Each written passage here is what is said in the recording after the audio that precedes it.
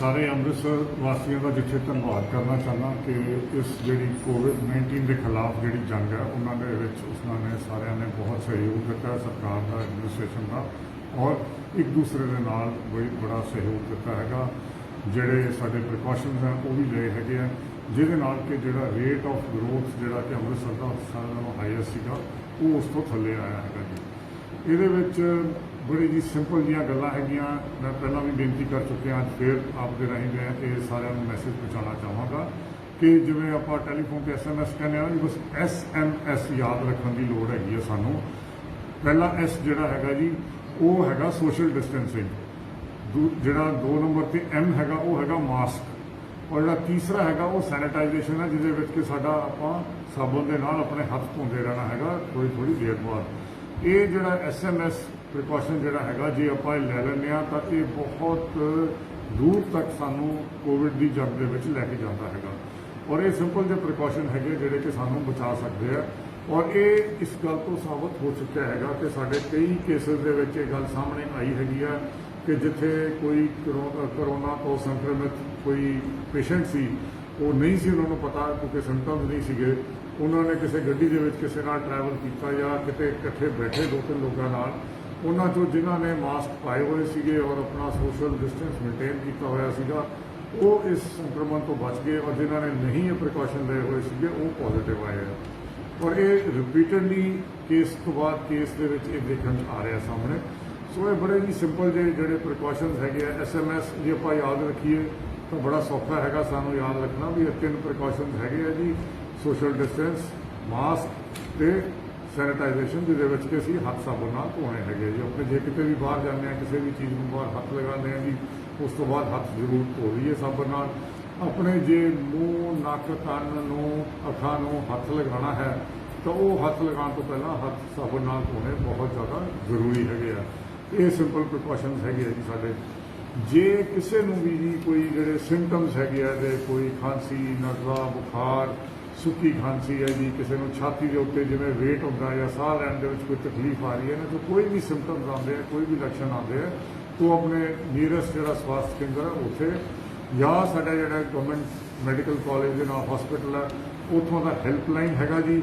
Helpline number ਹੈਗਾ ਜੀ 2421-050। ਮੈਂ ਫਿਰ ਰਿਪੀਟ ਕਰ ਰਿਹਾ 2421-050 ਲੈਂਡਲਾਈਨ ਹੈ ਜੀ।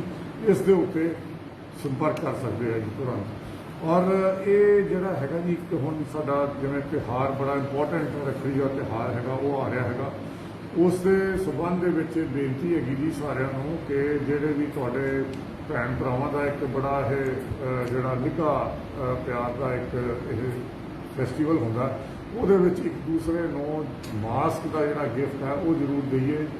ਔਰ ਜਿਹੜੇ ਸਾਡੇ ਦੁਕਾਨਦਾਰ ਭਰਾ ਹੈਗੇ ਆ ਜਿਨ੍ਹਾਂ ਨੇ ਮਠਾਈਆਂ ਵੇਚਣੀਆਂ ਹੈਗੀਆਂ ਜਾਂ ਰੱਖੜੀਆਂ ਵੇਚਣੀਆਂ ਹੈਗੀਆਂ ਇਸ ਮੌਕੇ ਦੇ ਉੱਤੇ, ਉਹਨਾਂ ਨੂੰ ਸਰਕਾਰ ਵੱਲੋਂ CM ਸਾਹਿਬ ਨੇ ਕੀਤੇ ਜੀ ਆਦੇਸ਼ ਕਿ ਸੰਡੇ ਨੂੰ ਵੀ ਦੁਕਾਨ ਖੁੱਲ੍ਹਣ ਦੀ ਆਗਿਆ ਹੋਏਗੀ 2 ਤਰੀਕ ਨੂੰ, ਤੇ ਉਹਨਾਂ ਲਈ ਲਾਜ਼ਮੀ ਹੋਏਗਾ ਜੀ ਕਿ ਜਿਹੜੇ ਮਠਾਈ ਦੀਆਂ ਦੁਕਾਨਾਂ ਉਸ ਦਿਨ ਖੁੱਲ੍ਹਣਗੀਆਂ ਜੀ, ਜਾਂ ਜਿਹੜੇ ਰੱਖੜੀ ਵੇਚ ਰਹੇ ਆ ਉਹ ਨਾਲ ਹਰੇਕ ਜਿਹੜੀ ਖਰੀਦਦਾਰੀ ਹੈ ਉਹਦੇ ਨਾਲ 2-2 ਫ੍ਰੀ ਮਾਸਕ ਜ਼ਰੂਰ ਦੇਣ।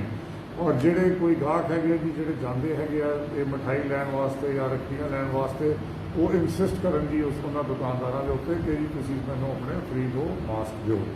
ਇਹ ਗੱਲ 2 ਮਾਸਕ ਦੀ ਨਹੀਂ ਹੈ ਜੀ, ਬਹੁਤ ਛੋਟੀ ਜਿਹੀ ਗੱਲ ਹੈਗੀ ਹੈ, ਲੇਕਿਨ ਇੱਕ ਸੁਨੇਹਾ ਹੈ, ਇੱਕ ਪ੍ਰੀਕਾਸ਼ਨ ਹੈ। ਔਰ ਇਹ ਇੱਕ ਭੈਣ ਭਰਾ ਦਾ ਜਿਹੜਾ ਪਵਿੱਤਰ ਰਿਸ਼ਤਾ ਹੁੰਦਾ ਉਹਦੇ ਵਿੱਚ ਇੱਕ ਦੂਜੇ ਦੀ ਸੁਰੱਖਿਆ ਦਾ ਜਿਹੜਾ ਹੈਗਾ ਉਹ ਬੀੜਾ ਲੈਂਦੇ ਆ। ਤੋ ਮੈਂ ਸਮਝਦਾ ਕਿ ਅੱਜ ਦੇ ਮਾਹੌਲ ਦੇ ਵਿੱਚ, ਕੋਵਿਡ-19 ਦੇ ਮਾਹੌਲ ਦੇ ਵਿੱਚ ਮਾਸਕ ਦੇਣਾ ਇਸ ਸੁਰੱਖਿਆ ਦਾ ਇੱਕ ਬਹੁਤ ਵੱਡਾ ਪ੍ਰਤੀਕ ਹੈ, ਕਿਉਂਕਿ ਉਹਦੇ ਨਾਲ ਜਿਹੜੀ ਭੈਣ ਹੈ ਜੀ ਉਹ ਆਪਣੇ ਭਰਾ ਦੀ ਸੁਰੱਖਿਆ ਲੋੜੀਂਦੀ ਕਰ ਰਹੀ ਹੈ, ਔਰ ਜਿਹੜਾ ਭਰਾ ਹੈ ਜੀ ਉਹ ਆਪਣੀ ਭੈਣ ਦੀ ਸੁਰੱਖਿਆ ਪਰਮਾਤਮਾ ਤੋਂ ਮੰਗਦਾ ਹੈ, ਔਰ ਇਸ ਦਾ ਪ੍ਰਤੀਕ ਵਜੋਂ ਇਹ ਮਾਸਕ ਮਿਲਦਾ ਹੈ। ਸੋ ਇਸ ਨੂੰ ਅਸੀਂ ਇੱਕ ਹਿੱਸਾ ਬਣਾ ਲਈਏ ਇਸ ਦਾ ਐਤਕੀ ਦੀ ਰੱਖੜੀ ਦਾ। ਮੈਂ ਸਮਝਦਾ ਕਿ ਇਹ ਬਹੁਤ ਲਾਹੇਵੰਦ ਵੀ ਹੋਏਗਾ ਔਰ ਬਹੁਤ ਦੂਰ ਤੱਕ ਜਾਏਗਾ ਭੈਣ ਭਰਾ ਨੂੰ ਸੁਰੱਖਿਅਤ ਰੱਖਣ ਦੇ ਵਿੱਚ। ਸੋ ਇਹ ਕੁਝ ਛੋਟੀਆਂ ਜਿਹੀਆਂ ਗੱਲਾਂ ਹੈਗੀਆਂ ਜੀ। ਇਹ ਇਸ ਲਈ ਮੈਂ ਕਿਉਂਕਿ ਮੈਂਸ਼ਨ ਕਰ ਰਿਹਾ ਜੀ ਕਿਉਂਕਿ ਸਾਡੇ ਅੰਮ੍ਰਿਤਸਰ ਦੇ ਜਿਹੜੇ ਲੋਕ ਹੈਗੇ ਆ ਬਹੁਤ ਜਿਹੜੀ ਲਾਰਜ ਤਾਦਾਦ ਦੇ ਵਿੱਚ 95% ਮੈਂ ਕਹਾਂਗਾ ਉਹ ਇਹ ਪ੍ਰੀਕਾਸ਼ਨ ਲੈ ਰਹੇ ਆ ਆਲਰੇਡੀ ਔਰ ਬਹੁਤ ਸਹਿਯੋਗ ਦੇ ਰਹੇ ਆ, ਔਰ ਇਹ ਉਹਨਾਂ ਦੀ ਉਹ ਹਿੰਮਤ ਹੈ ਸਾਰਿਆਂ ਦੀ ਜਿਨ੍ਹਾਂ ਦਾ ਮੈਂ ਧੰਨਵਾਦੀ ਵੀ ਹਾਂ ਕਿ ਇਹ ਜਿਹੜੇ ਸਾਡੇ ਕਰੋਨਾ ਪੋਜ਼ੀਟਿਵ ਦੇ ਸਾਡੇ ਕੇਸਿਸ ਜਿੱਥੇ ਕਿ ਸਟੇਟ ਦੇ ਵਿੱਚ ਸ਼ੁਰੂ ਹੀ ਤੋਂ ਬਹੁਤ ਵੱਧ ਗਏ ਸੀਗੇ, ਬਾਹਰੋਂ ਲੋਕ ਆਏ ਸੀਗੇ, ਸੋ ਉਹ ਜਿਹੜਾ ਹੁਣ ਸਾਡਾ ਹਾਈਐਸਟ ਨੰਬਰ ਸੀਗਾ ਜਿਹਦੇ ਵਿੱਚ ਉਹ ਹੁਣ ਥੱਲੇ ਆਇਆ ਹੈਗਾ ਜੀ। ਰੇਟ ਆਫ ਜਿਹੜਾ ਇਨਕਰੀਜ਼ ਆਫ ਨੰਬਰਸ ਹੈ ਅੰਮ੍ਰਿਤਸਰ ਦੇ ਵਿੱਚ ਉਹ ਵੀ ਘਟਿਆ ਹੈਗਾ ਜੀ। ਇਸ ਦੇ ਲਈ ਤੁਸੀਂ ਸਾਰੇ ਹੀ ਜਿਹੜੇ ਹੈ ਉਹਨਾਂ ਦਾ ਯੋਗਦਾਨ ਹੈ ਔਰ ਮੈਂ ਸਾਰਿਆਂ ਦਾ ਧੰਨਵਾਦੀ ਹਾਂ ਜੀ ਇਹਦੇ ਵਾਸਤੇ। ਇਹ ਲੇਕਿਨ ਜਿਹੜੇ ਕੁਝ ਥੋੜ੍ਹੇ ਜਿਹੇ ਲੋਕ ਹੈਗੇ ਆ ਜੀ 2-4% ਜਿਹੜੇ ਕਿ ਪ੍ਰੀਕਾਸ਼ਨ ਨਹੀਂ ਲੈ ਰਹੇ, ਮਾਸਕ ਨਹੀਂ ਪਾਉਂਦੇ ਜਾਂ ਸੋਸ਼ਲ ਡਿਸਟੈਂਸਿੰਗ ਨਹੀਂ ਮੇਨਟੇਨ ਕਰ ਰਹੇ, ਸੋਸ਼ਲ ਹਾਈਜੀਨ ਨਹੀਂ ਰੱਖ ਰਹੇ ਹੈਗੇ ਆ ਜੀ, ਉਹਨਾਂ ਨੂੰ ਜੀ ਮੇਰੀ ਮੁੜ ਕੇ ਬੇਨਤੀ ਹੈ ਕਿ ਇਹ ਤੁਸੀਂ ਆਪਣੇ ਆਪ ਨੂੰ ਖਤਰੇ 'ਚ ਨਾ ਪਾਓ, ਆਪਣੇ ਪਰਿਵਾਰ ਨੂੰ ਖਤਰੇ 'ਚ ਨਾ ਪਾਓ, ਆਪਣੇ ਆਂਢ ਗੁਆਂਢ ਨੂੰ, ਸਮਾਜ ਨੂੰ, ਕੁੱਲ ਮਨੁੱਖਤਾ ਨੂੰ ਖਤਰੇ ਦੇ ਵਿੱਚ ਨਾ ਪਾਓ ਜੀ। ਇਹ ਸਾਡੀ ਸਾਰਿਆਂ ਦੀ ਜ਼ਿੰਮੇਵਾਰੀ ਹੈ। ਇਕੱਲੀ ਇਹ ਨਹੀਂ ਹੈ ਜੀ ਗੱਲ ਕਿ ਸਰਕਾਰ ਆ ਕੇ ਜੀ ਸਾਡੇ ਮੂੰਹ 'ਤੇ ਮਾਸਕ ਬੰਨੇਗੀ ਜੀ ਤਾਂ ਹੀ ਅਸੀਂ ਰੱਖਾਂਗੇ ਜੀ। ਦੂਸਰਾ ਜੀ ਧਿਆਨ ਦੇ ਵਿੱਚ ਆਇਆ ਜੀ ਕੁਛ ਇਹੋ ਜਿਹੇ ਲਾਪਰਵਾਹ ਲੋਕ ਹੈਗੇ, ਮਾਸਕ ਲੈ ਲੈਂਦੇ ਆ ਸਿਰਫ ਇਸ ਵਾਸਤੇ ਵੀ ਜੇ ਰਸਤੇ 'ਚ ਕੋਈ ਚੈਕਿੰਗ ਹੋਈ ਜਾਂ ਜੀ ਪੁਲਿਸ ਨੇ ਰੋਕਿਆ ਤਾਂ ਜੀ ਮੂੰਹ 'ਤੇ ਕਰ ਲਾਂਗੇ, ਉਹ ਮਾਸਕ ਲਗਾ ਕੇ ਤੇ ਥੱਲੇ ਲਮਕਾ ਕੇ ਇੱਥੇ ਠੋਡੀ ਦੇ ਥੱਲੇ ਰੱਖਦੇ ਜੀ। ਉਸ ਮਾਸਕ ਦਾ ਜੀ ਕੋਈ ਫਾਇਦਾ ਨਹੀਂ ਹੈਗਾ। ਉਹ ਤੁਸੀਂ ਮਤਲਬ ਕਰੋਨਾ ਜਿਹੜਾ ਵਾਇਰਸ ਹੈਗਾ ਉਹਨੂੰ ਤੇ ਧੋਖਾ ਨਹੀਂ ਦੇ ਸਕਦੇ, ਉਹਦੇ ਨਾਲ ਆਪਣੇ ਆਪ ਨੂੰ ਧੋਖਾ ਦੇ ਰਹੇ ਹਾਂ ਆਪਾਂ ਜੇ ਇੱਦਾਂ ਦੀ ਕੋਈ ਲਾਪਰਵਾਹੀ ਕਰਦੇ ਹਾਂ। ਸੋ ਇਹ ਮੇਰੀ ਬੇਨਤੀ ਹੈ ਜੀ ਇੱਦਾਂ ਦੀ ਲਾਪਰਵਾਹੀ ਬਿਲਕੁਲ ਨਾ ਵਰਤੀ ਜਾਵੇ। ਇਹ ਬੜੀ ਹਾਨੀਕਾਰਕ ਹੋ ਸਕਦੀ ਹੈ ਔਰ ਜਾਨਲੇਵਾ ਵੀ ਸਾਬਤ ਹੋ ਸਕਦੀ ਹੈ ਜੀ। ਇੱਕ ਜਿਹੜੀ ਜੀ ਹੋਰ ਮੈਂ ਬੇਨਤੀ ਕਰਨੀ ਚਾਹੁੰਦਾ ਕਿ ਸਾਡੇ ਘਰਾਂ ਦੇ ਵਿੱਚ ਜਿੱਥੇ ਬਜ਼ੁਰਗ ਹੈਗੇ ਆ ਜੀ ਕੋਈ ਜਾਂ ਕੋਮੋਰਬਿਡ ਹੈ, ਜਿਨ੍ਹਾਂ ਨੂੰ ਕੋਈ ਹੋਰ ਬਿਮਾਰੀ ਹੈ, ਹਾਰਟ ਪ੍ਰੋਬਲਮ ਹੈ ਜੀ, ਕਿਸੇ ਨੂੰ ਕੋਈ ਕੈਂਸਰ ਹੈ ਜੀ, ਕਿਸੇ ਨੂੰ ਕੋਈ ਲਿਵਰ ਦੀ ਪ੍ਰੋਬਲਮ ਹੈ ਜੀ, ਕਿਡਨੀ ਦੀ ਪ੍ਰੋਬਲਮ ਹੈ ਜੀ, ਡਾਇਬਟੀਜ਼ ਹੈ ਸੀਵੀਅਰ ਔਰ ਵੈਰੀ ਹਾਈ ਬਲੱਡ ਪ੍ਰੈਸ਼ਰ ਹੈ ਜੀ, ਜਿਨ੍ਹਾਂ ਨੂੰ ਵੀ ਇੱਦਾਂ ਦੀ ਕੋਈ ਬਿਮਾਰੀਆਂ ਹੈ ਜੀ, ਉਹਨਾਂ ਦਾ ਵਿਸ਼ੇਸ਼ ਧਿਆਨ ਰੱਖਣ ਦੀ ਸਾਨੂੰ ਲੋੜ ਹੈ ਕਿਉਂਕਿ ਇਹ ਜਿਹੜੇ ਕੋਮੋਰਬਿਡ ਪੇਸ਼ੈਂਟਸ ਹੈ ਉਹ ਜ਼ਿਆਦਾ ਰਿਸਕ ਦੇ ਉੱਤੇ ਹੈਗੇ ਆ। ਔਰ ਦੇਖਿਆ ਗਿਆ ਕਿ ਜਿੰਨੀਆਂ ਵੀ ਸਾਡੀਆਂ ਕੈਜੂਅਲਟੀਜ਼ ਹੋਈਆਂ ਇੱਥੇ ਜਿੰਨੀਆਂ ਮੌਤਾਂ ਹੋਈਆਂ ਕਰੋਨਾ ਤੋਂ, ਉਹਨਾਂ ਦੇ ਵਿੱਚੋਂ 95% ਜਿਹੜੇ ਲੋਕ ਸੀਗੇ ਉਹ ਦੂਜੀ ਬਿਮਾਰੀਆਂ ਦੇ ਨਾਲ ਸੀਗੇ ਔਰ ਉਹਨਾਂ ਦੀ ਡੈਥ ਉਸ ਕਰਕੇ ਹੋਈ ਹੈ। ਹਾਂ, ਉਹ ਕੋਵਿਡ ਪੋਜ਼ੀਟਿਵ ਵੀ ਸੀਗੇ, ਇਸ ਕਰਕੇ ਉਹਨਾਂ ਨੂੰ ਅਸੀਂ ਕੋਵਿਡ ਦੇ ਜਿਹੜੀ ਆંકੜੇ ਉਹਨਾਂ ਦੇ ਵਿੱਚ ਉਹਨਾਂ ਦੀ ਡੈਥ ਦਾ ਆંકੜਾ ਵੀ ਜੁੜ ਜਾਂਦਾ ਹੈਗਾ। ਲੇਕਿਨ ਜਿਹੜੇ ਵੀ ਲੋਕ ਜਿਨ੍ਹਾਂ ਨੂੰ ਇੱਦਾਂ ਦੀ ਕੋਈ ਬਿਮਾਰੀ ਹੈ ਉਹਨਾਂ ਨੂੰ ਤਾਂ ਬਿਲਕੁਲ ਬਾਹਰ ਨਹੀਂ ਆਉਣ ਦੇਣਾ ਚਾਹੀਦਾ ਜੀ। ਉਹਨਾਂ ਨੂੰ ਡਾਕਟਰਾਂ ਨੂੰ ਘਰੇ ਰੱਖਣਾ ਚਾਹੀਦਾ, ਸਾਂਭ ਕੇ ਰੱਖਣਾ ਚਾਹੀਦਾ, ਸਾਡਾ ਫਰਜ਼ ਬਣਦਾ ਸਾਰਿਆਂ ਦਾ। ਇਹ ਜੇ ਅਸੀਂ ਪ੍ਰੀਕਾਸ਼ਨ ਲੈਂਦੇ ਹਾਂ ਜੀ ਤਾਂ ਮੈਂ ਸਮਝਦਾ ਇੱਕ ਬਹੁਤ ਹੱਦ ਤੱਕ ਸਾਡਾ ਅੱਗੇ ਜਾਏਗਾ ਮਦਦ ਕਰਨ ਦੇ ਵਿੱਚ ਕਿ ਜੀ ਕਰੋਨਾ 'ਤੇ ਅਸੀਂ ਹੱਲ ਪਾ ਸਕੀਏ। ਕੱਲ੍ਹ ਕੁਝ ਨੰਬਰਸ ਕੱਲ੍ਹ ਦੇ ਵਧੇ ਸੀਗੇ ਜੀ। ਸਾਡੇ ਸੈਂਟਰਲ ਜੇਲ੍ਹ ਦੇ ਵਿੱਚ ਸਾਡੇ ਇੱਕ ਡਾਕਟਰ ਪੋਜ਼ੀਟਿਵ ਆਏ ਸੀ। ਉਸ ਤੋਂ ਬਾਅਦ ਇਹ ਫੈਸਲਾ ਲਿਆ ਗਿਆ ਕਿ ਸਾਰੇ ਦੇ ਸਾਰੇ ਜਿਹੜੇ ਹੈਗੇ ਆ ਉੱਥੇ ਇਨਮੇਟਸ ਆ ਸਾਰਿਆਂ ਦੇ ਟੈਸਟ ਕਰਾਏ ਗਏ, ਸਾਰੇ ਸਟਾਫ ਦੇ ਟੈਸਟ ਕਰਾਏ ਗਏ ਆ। ਇਸੇ ਤਰ੍ਹਾਂ ਸਾਡੇ BSF ਬਟਾਲੀਅਨ ਹੈ ਜੀ, ਉਹਨਾਂ ਦੇ ਹੈੱਡਕੁਆਟਰ ਦੇ ਵਿੱਚ ਇੱਕ ਦੋ ਲੋਕ ਜਿਹੜੇ ਬਾਹਰੋਂ ਆਏ ਸੀਗੇ ਉਹਨਾਂ ਨੂੰ ਪੋਜ਼ੀਟਿਵ ਪਾਏ ਗਏ ਤੇ ਉਸ ਤੋਂ ਬਾਅਦ ਉੱਥੇ ਵੀ ਸਾਰੇ ਦੇ ਸਾਰੇ ਜਿਹੜੇ ਸਾਡੇ ਫੋਰਸ ਦੇ ਆਫਿਸਰਸ ਹੈ, ਜਵਾਨ ਹੈ, ਉਹਨਾਂ ਦੇ ਵੀ ਟੈਸਟ ਕਰਾਏ ਗਏ। ਸੋ ਉਹ ਨੰਬਰ ਆਏ ਹੈਗੇ ਆ, ਲੇਕਿਨ ਉਹ ਮੋਸਟ ਆਫ ਦੈਮ ਏਸਿਮਟੋਮੈਟਿਕ ਹੈ ਔਰ ਜਲਦੀ ਠੀਕ ਹੋ ਕੇ ਆਪਣੇ ਘਰ ਹੀ ਚਲੇ ਜਾਣਗੇ। ਲੇਕਿਨ ਇਹ ਕਹਿਣ ਦਾ ਜਿੱਥੇ ਤੱਕ ਮੇਰਾ ਮਤਲਬ ਇਹ ਇੰਨਾ ਹੀ ਹੈ ਜੀ ਕਿ ਜਿੱਥੇ ਸਾਵਧਾਨੀ ਘਟੀ ਉੱਥੇ ਦੁਰਘਟਨਾ ਘਟੀ। ਇਸ ਗੱਲ ਨੂੰ ਅਸੀਂ ਬਿਲਕੁਲ ਧਿਆਨ 'ਚ ਰੱਖਣਾ ਹੈਗਾ। ਇਹ ਜਿਹੜਾ SMS ਦਾ ਜਿਹੜਾ ਪ੍ਰੀਕਾਸ਼ਨ ਹੈ ਇਹ ਅਸੀਂ ਜ਼ਰੂਰ ਲੈਣਾ ਹੈਗਾ ਤਾਂ ਕਿ ਅਸੀਂ ਆਪਣੇ ਕੋਵਿਡ-19 ਨੂੰ ਹੱਲ ਪਾ ਸਕੀਏ।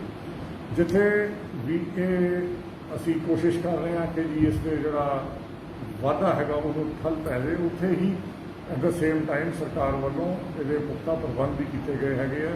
ਜਿਹੜੇ ਸਾਡੀਆਂ ਹੈਲਥ ਫੈਸਿਲਿਟੀਜ਼ ਹੈਗੀਆਂ ਉਹ ਕੈਟੇਗਰੀ ਲੈਵਲ 1, ਲੈਵਲ 2, ਲੈਵਲ 3 ਤਿੰਨ ਕਿਸਮ ਦੀਆਂ ਹੈਗੀਆਂ ਜੀ। ਜਿਹੜੀਆਂ ਲੈਵਲ 1 ਹੈਗੀਆਂ ਉਹ ਉਹਨਾਂ ਦੇ ਲਈ ਹੈਗੀਆਂ ਜਿਹੜੇ ਕਿ ਏਸਿਮਟੋਮੈਟਿਕ ਹੈ, ਜਿਨ੍ਹਾਂ ਨੂੰ ਲੱਛਣ ਨਹੀਂ ਹੈਗੇ ਜਾਂ ਬਹੁਤ ਹੀ ਮਾਈਲਡ ਸਿੰਪਟਮ ਹੈ ਔਰ ਯੰਗ ਹੈਗੇ ਆ ਲੋਕ। ਉਹਦੇ ਵਿੱਚ ਅਸੀਂ 1000 ਬੈੱਡਡ ਇੱਕ ਫੈਸਿਲਿਟੀ ਕ੍ਰੀਏਟ ਕੀਤੀ ਹੈ ਜੀ ਤਾਂ ਕਿ ਜੇ ਕੋਈ ਨੰਬਰ 'ਚ ਵਾਧਾ ਵੀ ਹੁੰਦਾ ਤਾਂ ਸਾਡੇ ਕੋਲ ਇਹਦੇ ਪੁਖਤਾ ਪ੍ਰਬੰਧ ਹੋਣ ਔਰ ਲੋਕਾਂ ਨੂੰ ਇਹ ਸਹੂਲਤ ਉੱਥੇ ਮਿਲ ਸਕੇ ਜੀ। ਮੈਰੀਟੋਰੀਅਸ ਸਕੂਲ ਦੇ ਵਿੱਚ ਸੈਟਅਪ ਕੀਤਾ ਗਿਆ।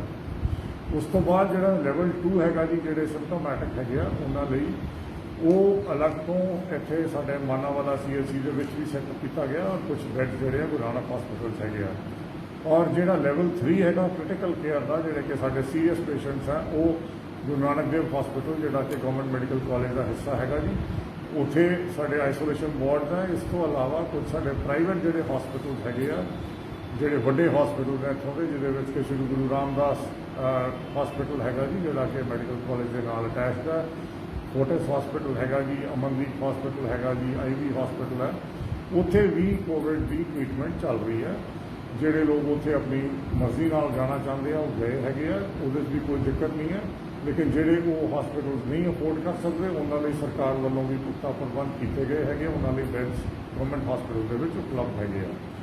ਸੋ ਜਿੱਥੇ ਬੰਦੋਬਸਤ ਸਾਰੇ ਕੀਤੇ ਗਏ ਆ, ਉੱਥੇ ਸਾਡਾ ਜਿਹੜਾ ਰਿਕਵਰੀ ਰੇਟ ਬੜਾ ਅੱਛਾ ਹੈਗਾ। ਬਹੁਤ ਲੋਕ ਜਿਹੜੇ ਕਿ 1000 ਤੋਂ ਵੱਧ ਲੋਕ ਜਿਹੜੇ ਹੈਗੇ ਆ ਠੀਕ ਹੋ ਕੇ ਆਪਣੇ ਘਰੀ ਜਾ ਚੁੱਕੇ ਹੈਗੇ ਆ ਜੀ। ਉਹਨਾਂ 'ਚੋਂ ਜੀ ਮੈਂ ਬੇਨਤੀ ਕਰਨਾ ਚਾਹਾਂਗਾ, ਜਿਹੜੇ ਸਾਡੇ ਲੋਕ ਹੈਲਦੀ ਹੋ ਕੇ ਕਿਉਰ ਹੋ ਕੇ ਘਰਾਂ ਨੂੰ ਚਲੇ ਗਏ, ਉਹਨਾਂ ਨੂੰ ਇਹ ਬਣਦਾ ਹੈਗਾ ਜੀ, ਉਹਨਾਂ ਦੀ ਡਿਊਟੀ ਵੀ ਬਣਦੀ ਹੈ ਜੀ। ਔਰ ਉਹਨਾਂ ਨੂੰ ਅਸੀਂ ਬੇਨਤੀ ਵੀ ਕਰਦੇ ਹਾਂ ਕਿ ਉਹ ਆਪਣਾ ਪਲਾਜ਼ਮਾ ਡੋਨੇਟ ਕਰਨ, ਤਾਂ ਕਿ ਉਹ ਪਲਾਜ਼ਮਾ ਬੈਂਕ ਇੱਥੇ ਸੈਟਅਪ ਕੀਤਾ ਜਾ ਰਿਹਾ ਜੀ ਆਪਣਾ ਗਵਰਨਮੈਂਟ ਮੈਡੀਕਲ ਕਾਲਜ ਅੰਮ੍ਰਿਤਸਰ ਦੇ ਵਿੱਚ। ਔਰ ਉੱਥੇ ਉਹ ਪਲਾਜ਼ਮਾ ਜੇ ਜਮ੍ਹਾਂ ਕਰਾ ਦਿੰਦੇ ਆ ਤਾਂ ਕਿਸੇ ਲੋੜਵੰਦ ਜਿਹੜੇ ਸਾਡੇ ਪੇਸ਼ੈਂਟ ਹੈ, ਜਿਨ੍ਹਾਂ ਨੂੰ ਡਾਕਟਰ ਦੇ ਸਮਝਣਗੇ ਵੀ ਸ਼ਾਇਦ ਪਲਾਜ਼ਮਾ ਥੈਰੇਪੀ ਦੇ ਨਾਲ ਫਾਇਦਾ ਹੋ ਸਕਦਾ ਹੈਗਾ, ਤਾਂ ਉਹਨਾਂ ਦੇ ਕੰਮ ਆਉਣਗੇ, ਉਹਨਾਂ ਦੀ ਜਾਨ ਬਚਾਈ ਜਾ ਸਕੇਗੀ। ਇਹੋ ਜਿਹੇ ਕੁਝ ਕੇਸਿਸ ਇੱਥੇ ਸਾਡੇ ਗੁਰੂ ਨਾਨਕ ਹਸਪੀਟਲ 'ਚ ਹੋ ਵੀ ਚੁੱਕੇ ਆ, ਜਿਨ੍ਹਾਂ ਨੂੰ ਪਲਾਜ਼ਮਾ ਥੈਰੇਪੀ ਦਿੱਤੀ ਗਈ ਹੈ ਔਰ ਉਹ ਠੀਕ ਹੋ ਕੇ ਆਪਣੇ ਘਰੇ ਚਲੇ ਗਏ ਆ। ਇਹ ਫੈਸਲਾ ਡਾਕਟਰ ਨੇ ਲੈਣਾ ਹੁੰਦਾ ਜੀ ਕਿ ਕਿਹੜੇ ਕੇਸ ਦੇ ਵਿੱਚ ਪਲਾਜ਼ਮਾ ਥੈਰੇਪੀ ਦੇਣੀ ਯੋਗ ਹੈ ਜੀ, ਕਿੱਥੇ ਨਹੀਂ ਯੋਗ ਹੈਗੀ ਆ। ਉਹ ਸਾਰੇ ਪੈਰਾਮੀਟਰਸ ਦੇਖ ਕੇ ਕਰਦੇ ਆ ਫੈਸਲਾ। ਲੇਕਿਨ ਜਿਹੜੇ ਸਾਡੇ ਵੀਰ ਭੈਣਾਂ ਪਿਓਰ ਹੋ ਕੇ ਘਰੀ ਗਏ ਆ ਜੀ, ਉਹਨਾਂ ਨੂੰ ਮੇਰੀ ਬੇਨਤੀ ਹੈਗੀ ਹੈ ਕਿ ਉਹ ਪਲਾਜ਼ਮਾ ਡੋਨੇਟ ਕਰਨ ਬਾਰੇ ਜ਼ਰੂਰ ਸੋਚਣ ਔਰ ਇਹ ਕਦਮ ਲੈ ਕੇ ਅੱਗੇ ਆਉਣ, ਤਾਂ ਕਿ ਮਨੁੱਖਤਾ ਦੀ ਸੇਵਾ 'ਚ ਆਪਣਾ ਯੋਗਦਾਨ ਪਾ ਸਕਣ। ਮੈਂ ਇਹੀ ਆਸ ਕਰਦਾ ਜੀ ਕਿ ਤੁਹਾਡੇ ਸਾਰਿਆਂ ਦੇ ਸਹਿਯੋਗ ਦੇ ਨਾਲ ਅਸੀਂ ਇਹ ਜੰਗ ਨੂੰ ਅੱਗੇ ਲੈ ਕੇ ਜਾਵਾਂਗੇ। ਇਸ ਜੰਗ ਨੂੰ ਅੱਗੇ ਲਿਜਾਣ ਵਾਸਤੇ ਜਿਹੜੇ ਸਾਡੇ ਇੱਥੇ ਬਹੁਤ ਦਾਨੀ ਸੱਜਣ ਵੀ ਹੈਗੇ ਆ, ਜਿਹੜਾ ਆਪਣਾ ਯੋਗਦਾਨ ਪਾਉਣਾ ਚਾਹੁੰਦੇ ਹੈਗੇ ਆ, ਉਹਨਾਂ ਨੂੰ ਇਹ ਬੇਨਤੀ ਹੈ ਕਿ ਇੱਕ ਅਕਾਊਂਟ ਜਿਹੜਾ ਸਾਡਾ ਰੈੱਡ ਕਰਾਸ ਦੇ ਵਿੱਚ ਖੋਲ੍ਹਿਆ ਗਿਆ ਹੈਗਾ ਇਹਨਾਂ ਡੋਨੇਸ਼ਨ ਵਾਸਤੇ, ਚੈਰਿਟੀ ਪਰਪਸ ਵਾਸਤੇ, ਇਹ ਜਿਹਦੀਆਂ ਡਿਟੇਲਸ ਆਪ ਜੀ ਦੇ ਸਾਹਮਣੇ ਦਿਖਾਈਆਂ ਜਾ ਰਹੀਆਂ ਹੈਗੀਆਂ। ਇਹ ਅਕਾਊਂਟ ਦੇ ਵਿੱਚ ਉਹ ਬਾਈ ਚੈੱਕ ਜਾਂ ਬਾਈ ਬੈਂਕ ਟ੍ਰਾਂਸਫਰ ਇਹ ਇੱਥੇ ਪੈਸੇ ਆਪਣੇ ਦੇ ਸਕਦੇ ਆ, ਜਿਹਦਾ ਕਿ ਬਕਾਇਦਾ ਉਹਨਾਂ ਨੂੰ ਰਸੀਦ ਮਿਲੇਗੀ ਜੀ, ਔਰ ਉਹਨਾਂ ਨੂੰ ਇਨਕਮ ਟੈਕਸ ਬੈਨੀਫਿਟ ਵੀ ਮਿਲਣਗੇ ਇਸ ਦੇ ਉੱਤੇ। ਔਰ ਇਹ ਜਿਹੜੀ ਉਹਨਾਂ ਵੱਲੋਂ ਦਿੱਤੀ ਗਈ ਜਿਹੜੀ ਰਾਸ਼ੀ ਹੈ, ਇਹ ਇੱਕ ਭਰਪੂਰ ਯੋਗਦਾਨ ਪਾਉਣ ਦੇ ਵਿੱਚ ਸਹਾਈ ਹੋਏਗੀ, ਜਿਹੜੀ ਕਿ ਸਾਡੀ ਜੰਗ ਹੈਗੀ ਹੈ ਕਰੋਨਾ ਦੇ ਖਿਲਾਫ, ਉਹਦੇ ਵਿੱਚ ਉਸ ਲੜਾਈ ਦੇ ਵਿੱਚ। ਕਿਉਂਕਿ ਬਹੁਤ ਇਕਵਿਪਮੈਂਟ ਦੀ ਲੋੜ ਪੈਂਦੀ ਹੈ ਜੀ, PP ਕਿਟਸ ਦੀ ਲੋੜ ਪੈਂਦੀ ਹੈ ਜੀ, ਮਾਸਕ ਦੀ ਲੋੜ ਪੈਂਦੀ ਹੈ, ਗਲਵਜ਼ ਦੀ ਲੋੜ ਪੈਂਦੀ ਹੈ, ਹੋਰ ਬਹੁਤ ਇਕਵਿਪਮੈਂਟ ਹੈ ਜੀ, ਜਿਹੜੇ ਸਾਡੇ ਲੋਕ ਰੱਖੇ ਜਾ ਰਹੇ ਆ ਜੀ ਆਈਸੋਲੇਸ਼ਨ ਸੈਂਟਰਸ ਜੀ, ਉੱਥੇ ਜੋ ਸਾਰਾ ਖਰਚਾ ਹੁੰਦਾ ਜੀ। ਇਸ ਤੋਂ ਇਲਾਵਾ ਤੁਹਾਨੂੰ ਪਤਾ ਹੈ ਜੀ ਸਾਰਿਆਂ ਨੂੰ ਕਿ ਅੰਮ੍ਰਿਤਸਰ ਇੰਟਰਨੈਸ਼ਨਲ ਏਅਰਪੋਰਟ ਹੈਗਾ ਜੀ, ਔਰ ਇੰਟਰਨੈਸ਼ਨਲ ਬਾਰਡਰ ਵੀ ਹੈ।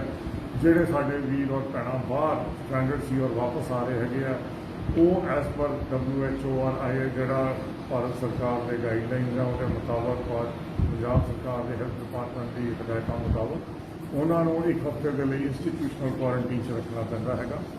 ਸੋ ਉਹਨਾਂ ਦੇ ਕੁਆਰੰਟੀਨ ਦਾ ਵੀ ਇੱਥੇ ਬੰਦੋਬਸਤ ਕੀਤਾ ਗਿਆ ਹੈਗਾ ਜੀ। ਔਰ ਉਸ ਤੋਂ ਬਾਅਦ ਜੇ 5ਵੇਂ ਦਿਨ ਉਹਨਾਂ ਦਾ ਟੈਸਟ ਹੋ ਜਾਂਦਾ ਹੈਗਾ, ਜੇ 7ਵੇਂ ਦਿਨ ਤੱਕ ਉਹ ਠੀਕ ਹੁੰਦੇ, ਨੈਗੇਟਿਵ ਰਿਪੋਰਟ ਆ ਜਾਂਦੀ ਹੈ, ਤਾਂ ਅਗਲੇ 7 ਦਿਨ ਲਈ ਉਹਨਾਂ ਨੂੰ ਆਪਣੇ ਘਰ ਦੇ ਵਿੱਚ ਕੁਆਰੰਟੀਨ ਲਈ ਭੇਜਿਆ ਜਾਂਦਾ ਹੈਗਾ। ਸੋ ਇਹ ਪ੍ਰੋਟੋਕੋਲ ਫੋਲੋ ਕੀਤਾ ਜਾ ਰਿਹਾ ਹੈਗਾ ਜੀ। ਔਰ ਇਸ ਦੇ ਵਿੱਚ ਮੈਂ ਇੱਕ ਵਾਰ ਫਿਰ ਇਹੀ ਆਸ ਕਰਦਾ ਕਿ ਸਾਰੇ ਆਪਾਂ ਯੋਗਦਾਨ ਪਾਵਾਂਗੇ। ਔਰ ਇੱਕ ਪ੍ਰੀਕਾਸ਼ਨਸ ਜਿਹੜੇ ਹੈਗੇ ਆ ਜੀ, SMS ਪ੍ਰੀਕਾਸ਼ਨਸ ਸਾਡੇ ਜਿਹੜੇ ਆ, ਸੋਸ਼ਲ ਡਿਸਟੈਂਸਿੰਗ, ਮਾਸਕ ਔਰ ਸੈਨੀਟਾਈਜੇਸ਼ਨ, ਜਿਹਦੇ ਵਿੱਚ ਕਿ ਹੱਥ ਸਾਬਣ ਨਾਲ ਧੋਣੇ ਆ ਚੰਗੀ ਤਰ੍ਹਾਂ 20 ਸੈਕਿੰਡ ਲਈ, ਇਹਨਾਂ ਦਾ ਜੇ ਅਸੀਂ ਪਾਲਣਾ ਕਰਾਂਗੇ ਤਾਂ ਕੋਈ ਵਜ੍ਹਾ ਨਹੀਂ ਹੈ ਜੀ ਕਿ ਅਸੀਂ ਇਸ ਜਿਹੜੀ ਅਲਾਮਤ ਹੈਗੀ ਆ COVID-19 ਦੀ, ਇਸ 'ਤੇ ਠੱਲ ਪਾ ਸਕਦੇ। ਬਹੁਤ ਬਹੁਤ ਧੰਨਵਾਦ।